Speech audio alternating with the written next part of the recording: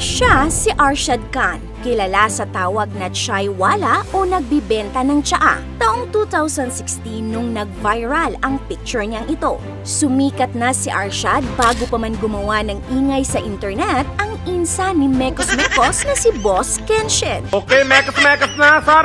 Dahil sa kagwapuhan at nakahuhumaling niyang asul na mga mata, siya ay naging internet sensation. Dinagsa siya ng sangkaterbang modeling offers at siya'y naging artista. Naging mukha siya ng iba't ibang brands at ng isang shopping mall sa Pakistan. Lumabas rin siya sa iba't ibang TV shows. At ito pa, sa sobrang gwapo, maraming babae din daw ang nag-alok ng kasal sa kanya. Pero alam niyo ba, si Arshad ay lumaking mahirap. Hindi siya nakapag-aral kaya hindi siya marunong magbasa at magsulat.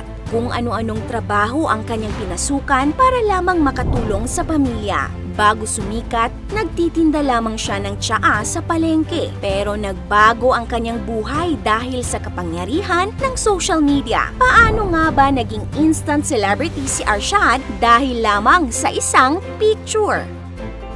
Balang araw, sisikat ka. Iyan ang madalas sabihin ng nanay ni Arshad sa kanya noon. Pero kahit kailan ay hindi naisip ni Arshad na magkakatotoo ito. Naniniwala kasi siya na kailangan ng pera para may marating sa buhay. Si Arshad ay isang Pakistani. Lumaki siya sa isang malaki at mahirap na pamilya. 18 lahat silang magkakapatid. Naninirahan sila sa Islamabad, ang capital ng Pakistan, at hindi naging madali ang kanyang buhay. 12 years old pa lamang ay nagsimula na siyang magtrabaho. Madami siyang sinubukang trabaho gaya na lang ng paglalako ng mga gulay, prutas at damit sa palengke. Gustuhin man niyang mag-aral ay wala silang pera para dito. Sa sobrang hirap kasi nila ay ilang araw lang ang nilalagi niya sa eskwela. Kaya naman hindi siya natutong magbasa o magsulat.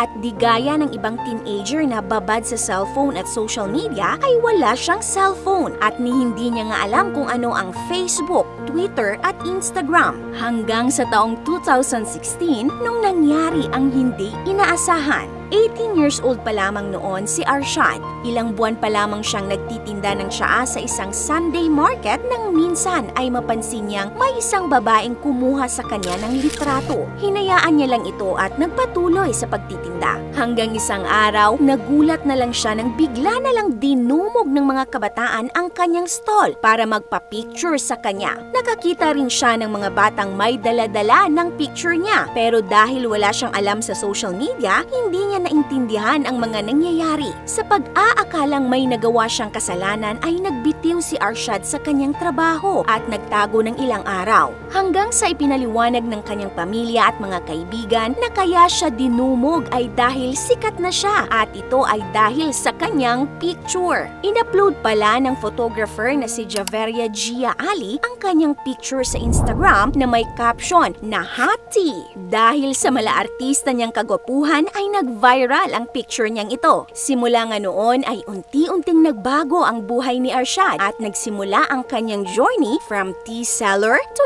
instant celebrity. Nakatanggap si Arshad ng napakaraming modeling offers at naanyayahan pang dumalo sa Milan Fashion Week sa Italy. Lumabas siya sa mga TV shows tulad ng Good Morning Pakistan kung saan kabado at medyo naiilang pa siya sa kamera. Naging mukha siya ng online shopping site na Fitten.pk at ng sikat na shopping destination na Petchan Mall. Bumida din siya sa kanyang sariling web series drama kasama ng ilang artista. Natuto din siyang gumamit ng computer, social media at mag-English. Dahil dito ay naiahon ni Arshad ang pamilya. Hindi inakala ni Gia Ali na ang simpleng post niya sa Instagram ay makakapagpabago sa buhay ng isang tao. Pero alam niyo ba mga ka-awesome, ang kasikatan ni Arshad ay hindi lang puro positibo ang naging resulta, kundi meron ding negatibo. Ayon sa kanya, hindi na niya magawang makakain sa labas, makapagsuot ng kung anong gusto niya at makapaglibot o makapunta man lang sa palengke. Nagkaroon din sila ng pagtatalo sa pamilya dahil sa isang music video na hindi nagustuhan ng konserbatibo niyang pamilya.